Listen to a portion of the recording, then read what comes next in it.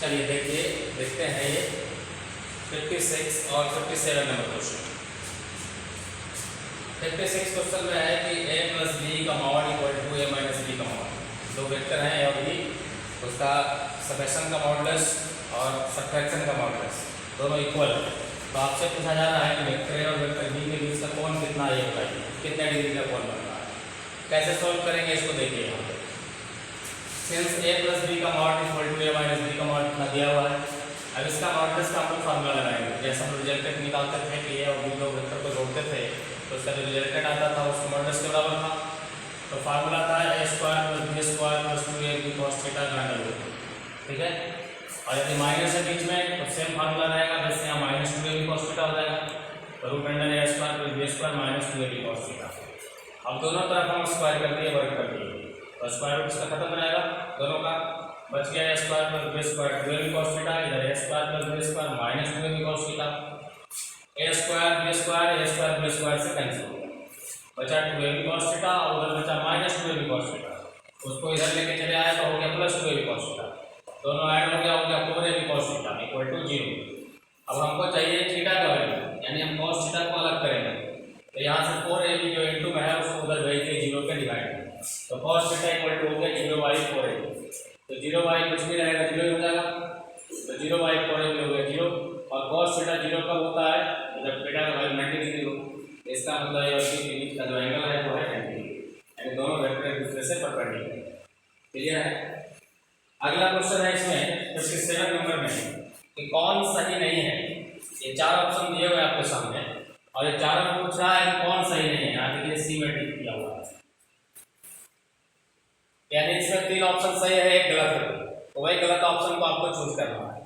तो ये तो हम लोग जानते हैं कि दो वेक्टर को आप ऐसे ऐड करें या ऐसे ऐड करें, इक्वल होता है, यानी a प्लस b करें या b प्लस c करें, वैल्यू सेम आता है। डॉट प्रोडक्ट में भी देखे थे कि a डॉट b होता है a cos थीटा और b डॉट b होता है b cos थीटा, तो दोनों वैल्यू सेम हो जाएगा। यहाँ भी देखें तो a minus B equal to a minus b minus c, यानी माइनस यदि इसमें से कॉमन करें तो माइनस इसका बाहर आ जाएगा, ये उल्टा हो जाएगा b माइनस c, ये भी ऑप्शन सही है। तो ऑप्शन से चूज करें तो सी नंबर मिलता है, तो सी नंबर सही है। लेकिन जो सही है यदि इसका एनालिसिस थोड़ा करें तो a क्रॉस b का वैल्यू होता है ab sin थीटा थीटा का, और यदि b क्रॉस a निकालें तो इसका वैल्यू होता है ba sin थीटा थीटा का। अब ये ईटा कैप क्या है, तो ईटा कैप जो है यूनिट वेक्टर का डायरेक्शन देता है। तो मान लीजिए वेक्टर a है वेक्टर b है, ये दोनों a और b है, और यदि आप a क्रॉस b निकाल रहे हैं मतलब a से b की तरफ जा रहे हैं तो एंगल को ऐसे मेजर किया जाएगा। तो इस डायरेक्शन में जब एंगल को मेजर करते हैं तो जो इसका यूनिट वेक्टर का डायरेक्शन होता है n का, वो ऊपर की तरफ होता है, बाहर की तरफ, यानी ये जो n कैप है ये बाहर की तरफ होता है। मान लीजिए बाहर वाला इधर हम निकाल रहे हैं, ये अपवर्ड डायरेक्शन में बोल रही है।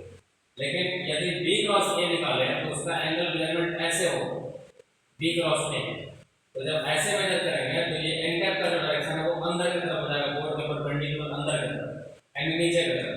तो ये चूंकि n कैप का डायरेक्शन उल्टा उल्टा है, यानी ये अलग है ये अलग है, तो इस केस में ये दोनों वैल्यू इक्वल नहीं होता है। इसको हम लोग n1 बोल देते हैं, इसको n2, तो एक नीचे एक ऊपर है। अब ये दोनों वैल्यू यदि आप सेव करना चाहें तो चूंकि ये यूनिट वेक्टर है इसका मैग्नीट्यूड 1 होता है, लेकिन दोनों अपोजिट वेक्टर है, तो जैसे इसमें माइनस लगाएंगे आप, यानी a क्रॉस b और b क्रॉस a, यदि इसका माइनस वैल्यू लिया जाए तो फिर ये इसके इक्वल हो जाएगा, बस खाली डायरेक्शन उल्टा होगा, एक ऊपर की तरफ तो एक नीचे की तरफ। दोनों a क्रॉस b और b cross a value same देता है लेकिन डायरेक्शन उल्टा होता है, इसलिए a cross b cross a के इक्वल नहीं माइनस b क्रॉस a के इक्वल होता है। लेकिन चूंकि ये माइनस नहीं दिया हुआ है इसलिए हमारा जो गलत ऑप्शन है वो ये है। तो यही सब कुछ है कौन सही नहीं है, a cross b equal to b cross a सही है। क्लियर है। चलिए चलिए अगला क्वेश्चन देखिए कि वेक्टर a इक्वल टू दिया हुआ है i cap plus j cap, तो a का इकाई सदिश बताइए, यानी इस a वेक्टर का यूनिट वेक्टर बताना आपको इकाई सदिश कितना होगा।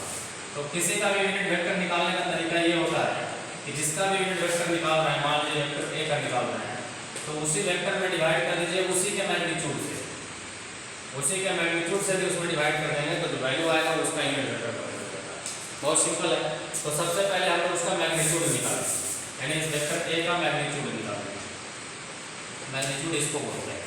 तो मैग्नीट्यूड निकालने का क्या तरीका है कि आई जे के, इसमें सिर्फ आई और जे है, तो आई जे के का जो कोएफिशिएंट होता है उसका स्क्वायर करके अंडर रूट करना।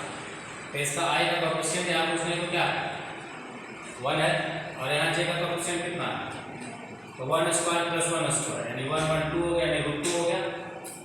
तो इसका मैग्नीट्यूड हो गया √2। इसलिए अब ए का हम लोग यूनिट वेक्टर निकालेंगे, तो यूनिट वेक्टर को बोलते हैं ए कैप। तो ए कैप बराबर तो वेक्टर ए बटा वेक्टर ए का मैग्नीट्यूड, यानी वेक्टर ए के मैग्नीट्यूड से उसमें डिवाइड कर देना। वेक्टर ए का मैग्नीट्यूड हम लोग निकाल चुके हैं, और वेक्टर ए आपको गिवन है कितना है, ए आई प्लस जे है। और वेक्टर ए का मैग्नीट्यूड निकाले हम लोग √2, तो √2 से इसमें डिवाइड करेंगे। तो आप इसको √2 को बाहर जाने दीजिए ऐसे 1/√2, और ऊपर वाला जो वैल्यू हो गया आई प्लस जे है। तो यही इसका इकाई सही आंसर हो गया। क्लियर है। और एक अंतिम क्वेश्चन ये देखिए, बहुत आसान है ये, आप कई बार बना चुके हैं कि दो वेक्टर का डॉट प्रोडक्ट 0 है ए और बी का, तो बताइए उन दोनों के बीच में एंगल थीटा कितना है। तो सिंपल डॉट प्रोडक्ट का फॉर्मूला लगाते हैं। तो मान लीजिए वेक्टर ए है, वेक्टर बी है, ए है बी, तो इसके बीच का हमको एंगल थीटा बताना है कितना। और since A dot B equal to 0, ये गिवन है क्वेश्चन में, और ए डॉट बी का फॉर्मूला हम लोग जानते हैं, वो होता है A B cos theta equal to 0। तो यहाँ से हमको कॉस थीटा अलग करना है, तो कॉस थीटा इक्वल टू ये ए बी जो मल्टीप्लाई में इसको डिवाइड में दे देते हैं, तो 0/a, और 0/a भी होता है 0, तो फिर 0/a कुछ भी रहेगा 0 हो जाएगा। तो कॉस थीटा का वैल्यू आता है 0 यहाँ से, कॉस थीटा इक्वल टू 0, और कॉस का वैल्यू 0 कब होता है, थीटा 90 डिग्री हो। इस तरह से और भी क्वेश्चन है, बताइएगा, आपने बनाइएगा, मैं बनेगा उसको पूछिएगा।